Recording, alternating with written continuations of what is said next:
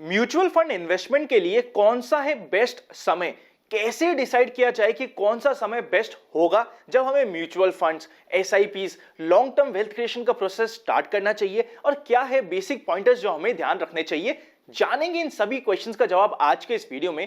हमारी mutual fund series का basic videos का पार्ट आज ये फाइनल होने वाला है। इसके बाद आपकी mutual fund long term wealth creation से रिलेटेड बेसिक फाउंडेशन एकदम स्ट्रांग हो जाएगी और इसके बाद हम सेकेंड वर्जन पे चले जाएंगे। मेरा नाम है Anant Ladda, CFA CS CFP LLB, open for all. Telegram का लिंक डिस्क्रिप्शन में। अगर अभी तक आप टेलीग्राम का पार्ट नहीं बने, इन्वेस्ट आज फॉर कल जैसे आप सर्च करेंगे टेलीग्राम पे आपको ये ओपन फॉर ऑल चैनल मिल जाएगा। 75,000 से ज्यादा मेंबर्स इसका पार्ट बन चुके हैं। आपको लगे यूजफुल तो आप भी इसका पार्ट बन सकते हैं। नकली चैनल, फ्रॉड चैनल से बच के रहिएगा। ओरिजिनल चैनल पे 75,000 मेंबर्स आपको मिल जाएंगे।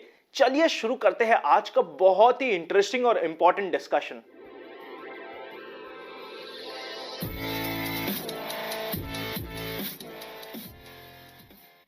जब भी किसी भी इन्वेस्टर से पूछा जाता ना कि कौन सा है बेस्ट समय, हमेशा हर एक इन्वेस्टर एक बेस्ट समय की तलाश में रहता है। आई पर्सनली बिलीव कोई भी बेस्ट समय नहीं होता है। जिस भी समय आप स्टार्ट कर दे वो आपके लिए बेस्ट समय होता है।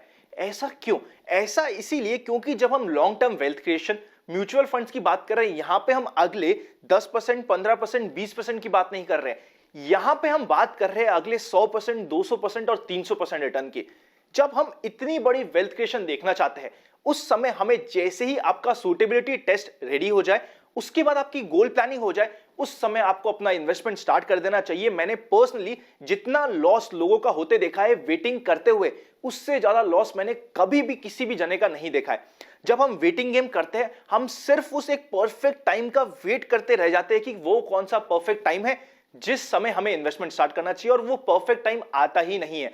जब मार्केट अच्छा होता है, हमें लगता है कि ये तो अच्छा साल है, अगले साल देखेंगे। अच्छे साल के बाद थोड़ा सा खराब साल भी आता है। जब खराब हो जाएगा तब हम इन्वेस्टमेंट करेंगे। जब खराब साल हमारे सामने आता है तब हमें लगता है अभी तो इकोनॉमी खराब है, न्यूज खराब आ रही है, सब कुछ खत्म होता हुआ सा लग रहा है, अभी इन्वेस्टमेंट करने का क्या फायदा। जब अच्छा होगा उस समय स्टार्ट करेंगे, और जब वापस से अच्छा होता है हम बुरे वक्त का इंतजार करते हैं और कभी हम स्टार्ट ही नहीं कर पाते। ये आपको और हमें समझना पड़ेगा। पर हाँ, जब भी हम स्टार्ट करें हमें प्रॉपर गोल प्लानिंग होके फिर स्टार्ट करना जरूरी है। इसका रीजन ये है, एक एग्जांपल से समझने की कोशिश करते हैं। मैं मुंबई में काफी सालों तक रहा हूं, आप सभी को पता है। एक बार मैं अंधेरी के चौराहे पे खड़ा था। एक जना मेरे पास आता और पूछता कि अनंत, ये रास्ता कहां पे जाता है? मैंने उसे कहा कि यार ये आपको ना अंधेरी ईस्ट में ले जाएगा, इवन घाट कोपर के एंड तक ले जाएगा। फिर वो मुझसे पूछता कि ये रास्ता कहां जाता है? मैंने कहा यार ये रास्ता आपको जुहू की साइड ले जाएगा, अंधेरी वेस्ट में। फिर वो मुझसे पूछता कि यार ये रास्ता कहां जाता है? मैंने उसे कहा कि ये रास्ता आपको बोरीवली की साइड ले जाएगा। फिर वो पूछता कि ये वाला चौराहे का ये वाला रास्ता कहां ले जाएगा? फिर मैंने आखिरकार थक हार के उसको पूछने की कोशिश करी कि भैया आपको जाना कहां है? उसने मुझे यह कहा कि उसको यह नहीं पता कि कहां जाना है। फिर मैंने उसे सिंपल सी एक लाइन कही, आप कोई सा भी रास्ता ले लीजिए, कहीं ना कहीं तो पहुंच ही जाएंगे। उसी तरीके से अगर इन्वेस्टमेंट करते वक्त हमारे पास हमारा ultimate goal, wealth creation, mutual funds, SIPs में इन्वेस्ट करते वक्त हमें हमारा अल्टीमेट रीजन नहीं पता है, हमारे पास अल्टीमेट गोल नहीं है, कोई सा भी इन्वेस्टमेंट कर लीजिए, कभी भी इन्वेस्टमेंट कर लीजिए, आप अपने एंड गोल तक, प्रॉपर वेल्थ क्रिएशन तक पहुंच ही नहीं पाएंगे। कहीं ना कहीं कुछ ना कुछ करके कहीं ना कहीं तक तो पहुंच जाएंगे, पर जो हमारा अल्टीमेट गोल है वहां तक हम नहीं पहुंच पाएंगे। ये हमें सबसे पहले समझना पड़ेगा। इसी के साथ साथ जब हम गोल प्लानिंग करने बैठते हैं, मेजॉरिटी लोगों का इन्वेस्टमेंट करने का रीजन होता है सिर्फ एक। जी हां दोस्तों, आपका क्या रीजन है वो कमेंट करके बताइएगा, बट मेजॉरिटी लोगों का रीजन होता है टैक्स सेविंग। हम चाहे या ना चाहे, अननेसेसरीली हमारा जो मेन गोल होता है ना इन्वेस्टमेंट करने का, वो टैक्स प्लानिंग होता है। इसका एग्जांपल है बेहतरीन। 78% ऑफ द टाइम जो आपका पीएफ या पीपीएफ का पैसा होता है वो आप अपनी लाइफ में यूज ही नहीं करते। आपकी नेक्स्ट जनरेशन उसे यूज करती है, क्योंकि आपको और हमें पता ही नहीं है कि मैंने टैक्स सेविंग के लिए पैसा क्यों बचाया है। कोई गोल नहीं है, हमने सिर्फ टैक्स बचाने के लिए पैसा बचाया था। इसके लिए भी एक खूबसूरत एग्जांपल है जो हम सभी के साथ होता है। देखिए, मैं काफी दिनों से घर पे खाना खा रहा था, मेरी इच्छा हुई कि यार अब बाहर जाके खाना खाया जाए। बहुत दिन हो गया कि घर के खाना खाया, कुछ टेस्ट चेंज हो जाए। मेरा पर्सनल फेवरेट फूड है पिज्जा। मैंने सोचा कि यार आज तो बाहर जाके कहीं अच्छे से रेस्टोरेंट में पिज्जा खाएंगे। मैं एक रेस्टोरेंट में गया जो मेरे दोस्त का ही था। नीचे मेरा दोस्त मिल गया। मेरे दोस्त ने मुझे बोला कि क्या बात है अनंत, इतने दिनों बाद दिखे हो, तुम तो बड़े ईद का चांद हो रखे हो, चल आज तो इतने दिनों बाद आया, तेरे लिए एक ऑफर है, तू क्या खाने आया ये बता। मैंने कहा यार मैं तो पिज्जा खाना आया हूं। उसने कहा यार पिज्जा तो यहाँ पे 500 रुपए का मिलता है, मैं लेकिन तेरे लिए एक ऑफर देता हूं। पर बाइट जो तू पिज्जा का लेगा तुझे पर बाइट का 50 रुपीज पे करना है, बात खत्म, तेरे को पूरे पिज्जा का पे ही नहीं करना। मुझे लगा यार ये तो मजेदार डील हो गई, मैं तो बहुत कम बाइट्स में मेरा पेट भर के पिज्जा भी खा लूंगा और मेरे पैसे भी बच जाएंगे। मैं ऊपर गया, पिज्जा खाना स्टार्ट किया और ये बड़े बड़े बाइट्स लेना स्टार्ट किया मैंने। 4 बाइट्स के अंदर अंदर मेरे पेट भर जाए उतना पिज्जा मैं खा चुका था। आप समझ पाए होंगे कि कितने बड़े बड़े बाइट्स मैंने लिए। मैं रेस्टोरेंट में गया क्यों था? क्योंकि मुझे अपना टेस्ट चेंज करना था, मुझे कुछ मजा करना था, कुछ खाने में फ्लेवर चेंज करना था और मजे के लिए मैं वहां गया था। बट जब मैं वहां गया मेरे पास एक ऑफर आया कि आपका पैसा बच जाएगा। वो पैसा बचाने के लिए मैंने सिर्फ 4 बाइट में 200 रुपए में पिज्जा खा लिया और 300 रुपए बचा लिया। और जैसे ही नीचे वापस आया और मेरा दोस्त वापस मुझे मिला, वो मुझसे पूछता अनंत कैसा लगा पिज्जा। मैंने कहा यार बाकी बात तो ठीक है, 300 रुपए भी बच गए, बट यार पेट दुख रहा है, जॉस भी दुख रहा है, बहुत बड़े बाइट्स ले लिए और मजा नहीं आया जिस चीज के लिए मैं यहां पे आया था। होता क्या है, यही होता है जब हम इन्वेस्टमेंट करने तो आते हैं वेल्थ क्रिएशन के लिए, गोल प्लानिंग के लिए, रिटायरमेंट प्लानिंग के लिए, हमारे बच्चों की मैरिज प्लान करने के लिए, हमारे बच्चों की मैरिज के साथ साथ एजुकेशन बेहतरीन तरीके से प्लान करने के लिए। बट एंड में हम टैक्स प्लानिंग के चक्कर में रह जाते हैं। टैक्स तो बच जाता है बट जो हमारा अल्टीमेट गोल होता है वेल्थ क्रिएशन, वो कहीं ना कहीं छूट जाता है। कहीं आपके साथ भी तो ये नहीं हो रहा? ये चीज आप गांठ बांध लीजिए। इन्वेस्टमेंट स्टार्ट करने का, वेल्थ क्रिएशन स्टार्ट करने का, सेविंग स्टार्ट करने का, म्यूचुअल फंड में इन्वेस्टमेंट स्टार्ट करने का आज से अच्छा टाइम नहीं हो सकता, प्रोवाइडेड आप अपना सूटेबिलिटी टेस्ट और गोल प्लानिंग पहले कर ले, अपने गोल के अकॉर्डिंग इन्वेस्टमेंट करना स्टार्ट करें तो आपके लिए बेस्ट टाइम होने वाला है। जब भी आप लॉन्ग टर्म वेल्थ क्रिएशन का प्रोसेस स्टार्ट कर रहे हो ना, कब स्टार्ट करने से ज्यादा आपका फोकस होना चाहिए कि आप स्टार्ट करें।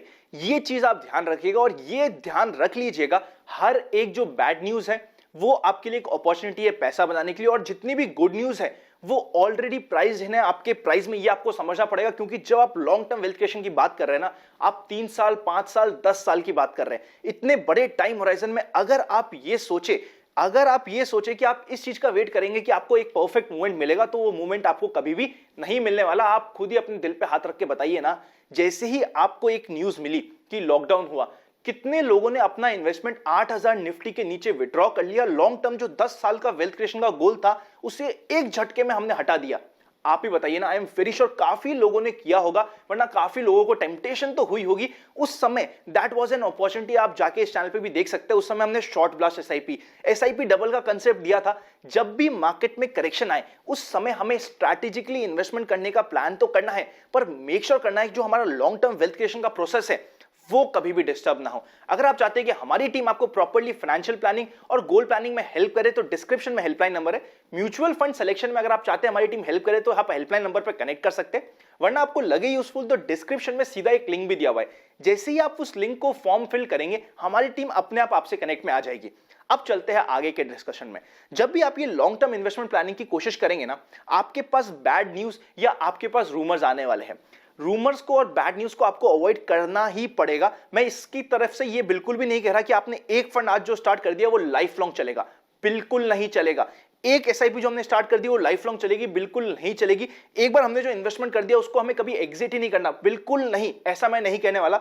कब एग्जिट करना है, कैसे एग्जिट करना है, क्या गोल प्लानिंग होनी चाहिए, उसके बारे में हम डिटेल में बात करेंगे इसी सीरीज में। बट आज का हमारा फोकस मुद्दा है सिर्फ और सिर्फ एक, वो ये, चाहे कितना ही छोटा चाहे कितना ही बड़ा अमाउंट क्यों ना हो, बट आपको अपना इन्वेस्टमेंट स्टार्ट करना जितना जल्दी हो सके शुरू करना है। आपके एग्जाम्पल के लिए बताने की कोशिश करूं, 15,000 रुपीज अगर मैं पर मंथ बचाऊं, 15 साल के लिए बचाऊं at the rate of interest expected returns of 15%, 15 साल के बाद वो 15,000 रुपए बचाते बचाते मेरा 1 करोड़ का फिगर हो जाता है। पर अगर मैं इसे 15 साल की जगह 30 साल तक बचाऊं, मतलब मैंने सिर्फ टाइम को डबल किया है, ये 1 करोड़ का फिगर आप सोच भी नहीं सकते 10 करोड़ के ऊपर चल जाता है। मतलब ऑलमोस्ट आपने टाइम डबल किया, आपकी वेल्थ 10 गुना बढ़ चुकी है। ये चीज आपको समझनी पड़ेगी। कंपाउंडिंग जो आपका बेस्ट फ्रेंड है उससे दोस्ती बनानी पड़ेगी लॉन्ग टर्म वेल्थ क्रिएशन में। और मैं हमेशा, जैसा कि आप सभी को बोलता हूं, लॉन्ग टर्म वेल्थ क्रिएशन और लॉन्ग टर्म पोर्टफोलियो सेपरेट होता है। उससे हमें शॉर्ट टर्म वोलेटिलिटी के लिए डिस्टर्ब नहीं करना होता। और शॉर्ट टर्म पोर्टफोलियो, चाहे वो डायरेक्ट इक्विटी शेयर्स का हो, चाहे आपका ट्रेडिंग पोर्टफोलियो, उससे आपको अलग माइंडसेट से डील करना है। इस चीज का मेक श्योर कीजिएगा। जैसे ही आपने दोनों को मिक्स किया ना, एक खिचड़ी बन जाएगी, और इतनी बुरी खिचड़ी बनेगी आपकी वेल्थ क्रिएशन की कि आपको और हमें रियलाइज ही नहीं होगा। लॉन्ग टर्म वेल्थ क्रिएशन अपनी जगह, मैं कभी भी ये नहीं कहता कि आपको शॉर्ट टर्म ट्रेडिंग या डायरेक्ट इक्विटी शेयर में काम नहीं करना चाहिए। बिल्कुल करना चाहिए। ऑप्शंस में काम नहीं करना चाहिए, बिल्कुल करना चाहिए। आई पर्सनली ऑल्सो बिलीव कि ये बहुत अच्छा वेल्थ क्रिएशन भी हो सकता है, पर आपको जो लॉन्ग टर्म वेल्थ क्रिएशन आप म्यूचुअल फंड से करना चाहते हो ना, उससे डिस्टर्ब करना नहीं चाहिए। आई होप आज का वीडियो आपको समझ आया होगा और काफी इंटरेस्टिंग बेसिक्स आपके क्लियर हो गए होंगे। अब नेक्स्ट वीडियो से म्यूचुअल फंड सीरीज का लेवल थोड़ा थोड़ा धीरे धीरे बढ़ता जाएगा। धीरे धीरे हम थोड़े बहुत टेक्निकल पॉइंटर्स पे जाते जाएंगे। अगर आपने चैनल को सब्सक्राइब और बेल आइकन क्लिक नहीं किया तो कर लीजिए, वरना ऐसा ही कोई इंपॉर्टेंट वीडियो मिस हो जाएगा। उसी के साथ साथ अगर अभी तक आपके पास डीमैट नहीं है, डिस्क्रिप्शन में डीमैट अकाउंट ओपनिंग लिंक्स और प्राइवेट चैनल पे जुड़ने का प्रोसेस भी है। लगे यूजफुल तो आप ज्वाइन बटन मेंबरशिप भी कंसिडर कर सकते हैं। म्यूचुअल फंड सीरीज के बेसिक 3 वीडियोस आ चुके हैं। ये 3 वीडियोस थोड़े सिंपल जरूर होंगे, बट इजी नहीं है। आप towards the end of the series आपको रियलाइज होगा कि यार मेरे बेसिक स्ट्रांग होना क्यों जरूरी था। Happy investing and I hope आप अपनी वेल्थ क्रिएशन की जर्नी बहुत ही जल्दी स्टार्ट करेंगे। सी यू वेरी सून।